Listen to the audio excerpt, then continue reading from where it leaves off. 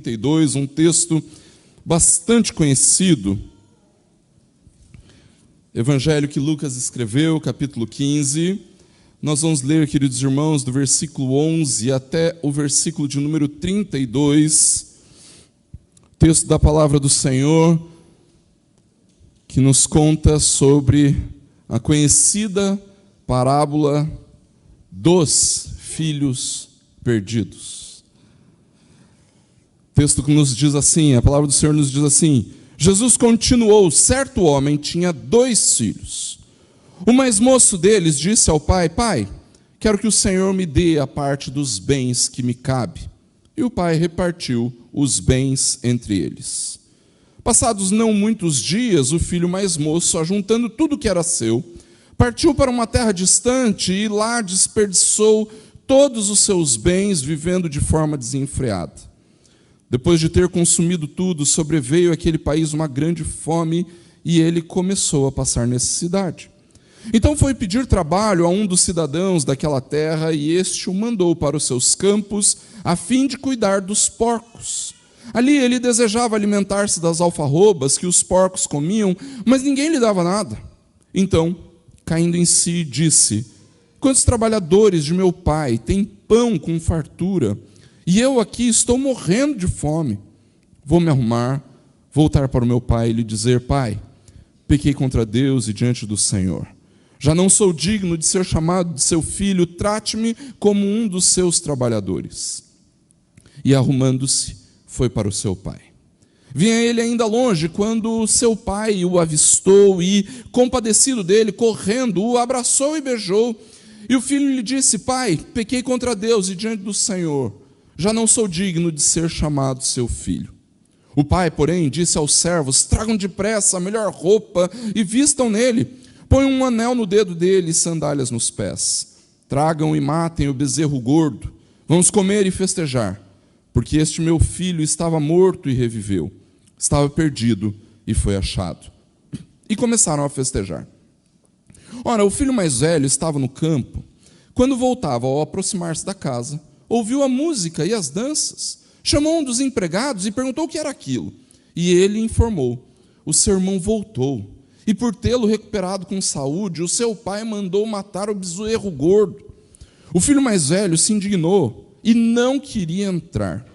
Saindo, porém, o pai procurava convencê-lo a entrar, mas ele respondeu ao seu pai: Faz tantos anos que sirvo o Senhor e nunca transgredi um mandamento seu. Mas o Senhor nunca me deu um cabrito sequer para fazer uma festa com os meus amigos. Mas quando veio esse seu filho, que sumiu com os bens do Senhor, gastando tudo com prostitutas, o Senhor mandou matar o bezerro gordo para ele. Então o pai respondeu: Meu filho, você está sempre comigo, tudo que eu tenho é seu. Mas era preciso festejar e alegrar-se, porque este seu irmão estava morto e reviveu. Estava perdido e foi achado. Queridos, quem participou do acampamento de carnaval de 2020, não o desse ano, mas lá atrás, o de 2020, vai lembrar que nós tínhamos um pregador internacional nos visitando. Você lembra disso? Ele falava sempre depois das pregações, depois do estudo, vinha um videozinho curtinho, de uns 10 minutinhos, em que ele falava conosco. Aquele era o pastor Tim Keller. Tim Keller faleceu essa semana, depois de algum tempo lutando contra o câncer. E eu posso afirmar com toda certeza que talvez Tim Keller tenha sido o pastor presbiteriano mais influente dos últimos 50 anos, pelo menos. Isso porque, queridos, Tim Keller, ele cresceu no presbiterianismo nos Estados Unidos, e ele cresceu em meio a um momento da história que o liberalismo já tinha tomado conta de uma boa parte das igrejas tradicionais americanas e vinha assolando as igrejas e destruindo as igrejas, e com isso uma das denominações presbiterianas se perdeu completamente nessa realidade. E num determinado momento, eu conto até assim que em 2013, eu e a Marion, nós tivemos a oportunidade de visitar a cidade de Nova York, e lá nós conhecemos uma igreja presbiteriana, talvez a igreja presbiteriana mais bonita que eu já tenha visto, a igreja presbiteriana da Quinta Avenida. Uma igreja que foi completamente tomada pelo liberalismo teológico. E, mesmo sendo uma igreja linda, ou talvez a igreja mais linda que eu já tenha visto, eu me constrangi, porque nós fomos lá num culto de Natal, dia 24 de dezembro, e o Senhor Jesus nem sequer foi citado neste culto. Assim, o único momento em que a palavra Jesus foi pronunciada nesse culto foi na hora de uma leitura de um texto bíblico. Natal não tinha a ver com o nascimento de Jesus, mas tinha a ver com a união entre os povos, a fraternidade, né, e o amor, e a caridade, etc.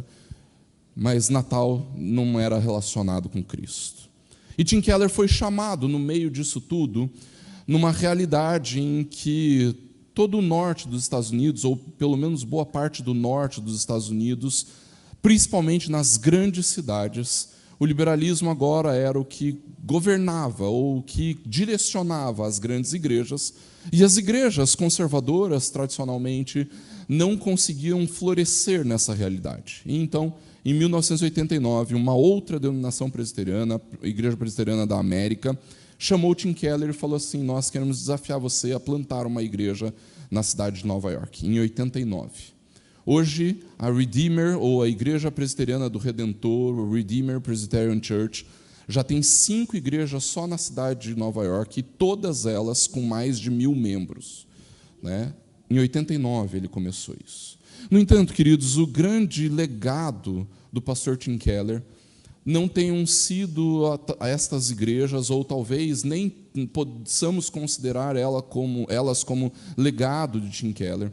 No entanto, o que marca a vida de Tim Keller é o seu grande amor por Cristo.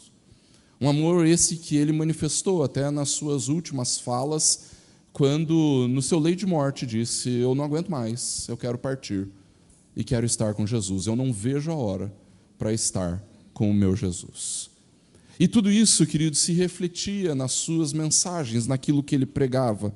E é exatamente por isso que na manhã de hoje eu queria compartilhar com os irmãos uma mensagem baseada, ou praticamente idêntica, a uma mensagem que aqueles que estavam no acampamento em 2020 já ouviram. A mensagem chama-se 3 Formas de Viver, onde o pastor Tim Keller diz para nós: existem 3 formas de viver. A primeira delas é viver buscando em Deus a sua salvação. A segunda, ao contrário, é uma forma não religiosa de vida, onde você tenta ser a sua própria salvação. E existe uma terceira forma ainda, mas essa sim, uma forma religiosa de viver, onde você tenta ser também a sua própria salvação. A maioria das pessoas consegue reconhecer a distinção que existe entre a forma não religiosa de viver e a boa forma de viver. Eles falam: isso daqui que nós estamos vendo, essa imoralidade, essa maldade, isso daqui certamente é pecado. Por outro lado, queridos, nós dificilmente temos facilidade para reconhecer que é possível viver completamente afastado de Deus dentro da igreja. É possível viver uma vida absolutamente correta moralmente. É possível viver uma vida extremamente ética. É possível viver um esforço religioso tremendo e ainda assim estar completamente afastado de Deus. O que esse texto que nós lemos nos conta, queridos, é justamente a respeito destas 3 formas de viver.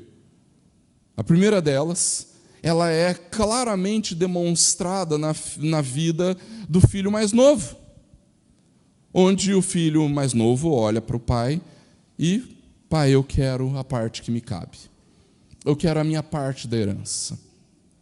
E ainda que nós possamos pensar nisso como uma afronta ou um desrespeito, e realmente é, o que marca a vida deste filho mais novo é o fato de que ele, tomando tudo o que possuía, ele sai para uma terra distante e vive de maneira desenfreada, como diz o versículo 13, gastando tudo o que tinha, sem se preocupar com aquilo que era, com de onde vinha aquele recurso, mas então, tomado em si, ele se arrepende e volta para casa. No entanto, queridos, nós também encontramos a outra forma de viver nesse texto, e eu diria para você que essa outra forma de viver é um motivo pelo qual Jesus conta essa parábola, uma vez que essa parábola é destinada especialmente aos fariseus, aos líderes religiosos. E então Jesus contrapõe não apenas aquele que sai e vai viver de forma desenfreada, Jesus demonstra que aquele que ficou também estava perdido.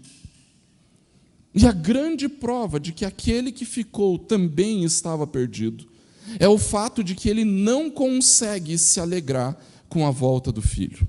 Ele diz: pai, eu desobedeci, eu sempre te obedeci. Eu sempre fiz aquilo que era a tua vontade. Eu vivi uma vida boa, uma vida justa, uma vida honesta, obedecendo o Senhor. E eu nunca obtive nada da sua parte. Eu nunca tive nada, nem sequer um cabrito, para poder fazer uma festa com os meus amigos. E então, queridos, quando nós vemos a atitude do pai, nós então começamos a descobrir o que é a terceira forma de viver. Se nós não encontramos uma vida razoável, uma vida boa na imoralidade do filho mais novo, a palavra nos garante que nós também não encontramos uma vida boa na moralidade, na religiosidade do filho mais velho. Isso porque o texto diz que o pai sai para trazer os dois filhos para dentro de casa.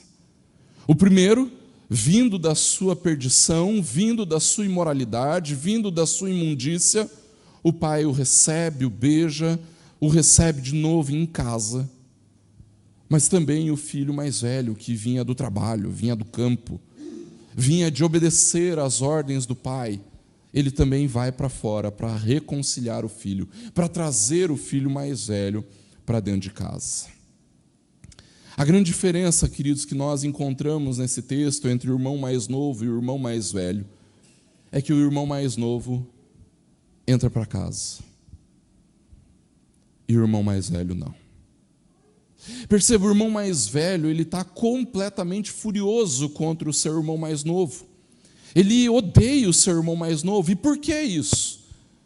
Queridos, nós precisamos lembrar que a herança já tinha sido repartida. A herança já tinha sido repartida. O filho mais novo gastou toda a sua herança. E era agora o filho mais velho que possuía todas aquelas coisas com as quais o pai faz um banquete para receber o filho mais novo. Perceba isso no fim do versículo 12, o texto diz: o pai repartiu os bens entre eles. O pai já não possuía mais nada. Tudo era dos seus filhos. Tudo pertencia agora ao filho mais novo e ao filho mais velho.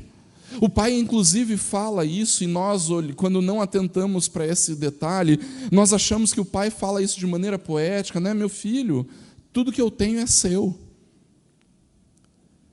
Mas o pai está falando literalmente: o que eu tenho é seu. O bezerro gordo era do filho mais velho, o manto que o pai, a túnica que o pai usa para cobrir o filho mais novo era do filho mais velho, o anel era do filho mais velho, a sandália era do filho mais velho. Agora, sejamos honestos, queridos. Todos nós, por piores que sejamos, ou pelo menos a maior parte de nós, por piores que sejamos, nós viríamos o nosso irmão mais novo voltar de uma vida de perdição e nos alegraríamos com isso. E gostaríamos de entrar e celebrar e festejar com o nosso irmão mais novo, que estava morto e reviveu, que estava perdido e foi achado. Mas o filho mais velho da história não. O filho mais velho da história, ele enxerga a vida pelas lentes da religiosidade, da moralidade, da sua própria retidão, da sua própria justiça pessoal, e ele encontrava nele mesmo a forma de obter aquilo que ele tanto queria. Percebam, os dois filhos só queriam a herança do pai. E eles criaram as suas próprias estratégias para obter a herança do pai. O filho mais novo, vivendo de uma maneira dissoluta, de forma desenfreada, ele quis a herança do pai.